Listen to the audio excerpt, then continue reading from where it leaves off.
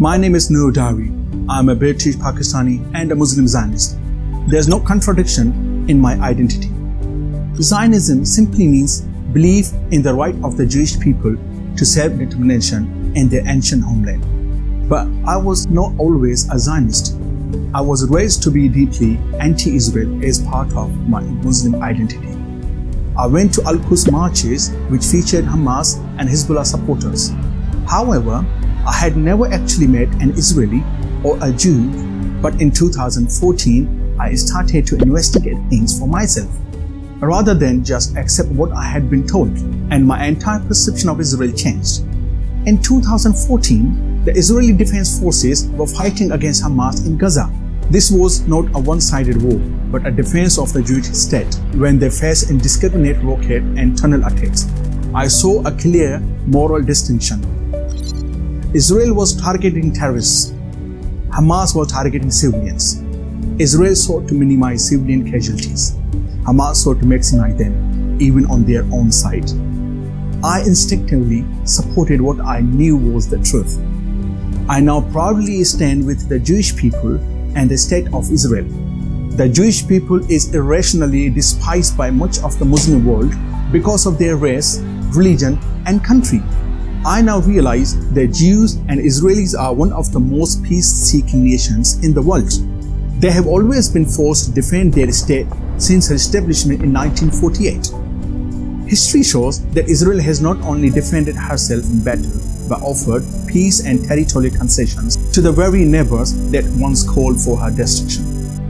It has been proven time and time again that Israel is ready to exchange disputed land so long as her enemies agree to indefinite peace.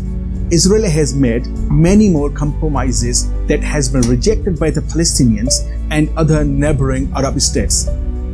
I have studied these wars. I have researched the entire conflict in my research. I have exchanged my views with hundreds of pro-Israel and anti-Israel colleagues throughout my intellectual journey. It is remarkable that I have ended up where I am today. As a Muslim of Pakistani descent who is also a religious Salafi, I have finally accepted the ideology of Zionism, which I believe to be based on peace, acceptance, and dialogue.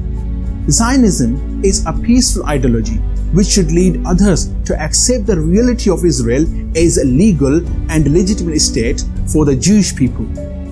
Muslims should not fear or malign the political ideology of Zionism.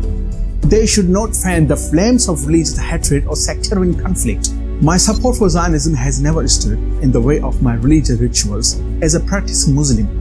I continue to seamlessly combine both of these political and religious identity as a Muslim Zionist. The political ideology of Zionism does not conflict with the faith of Islam, because Islam itself supports the guiding principle of Zionism, the right of the Jewish people to the Jewish state of Israel and the Holy Land. A close reading of the Quran shows that Islam supports the idea of the Jewish state.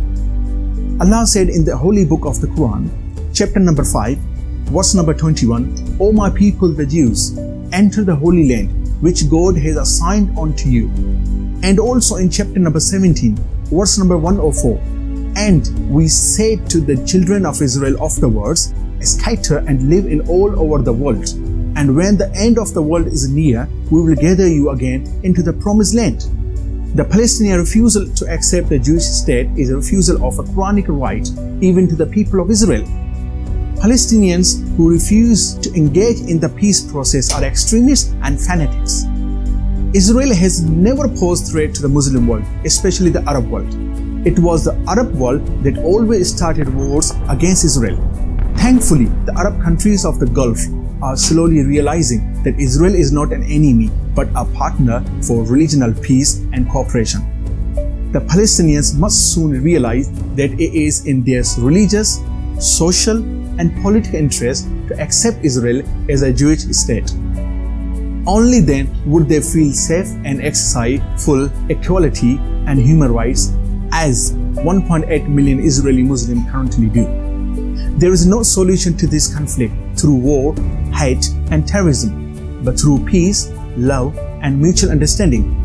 If both nations accept a peace agreement, the time will come when both nations will live side by side as a shining example to the whole world.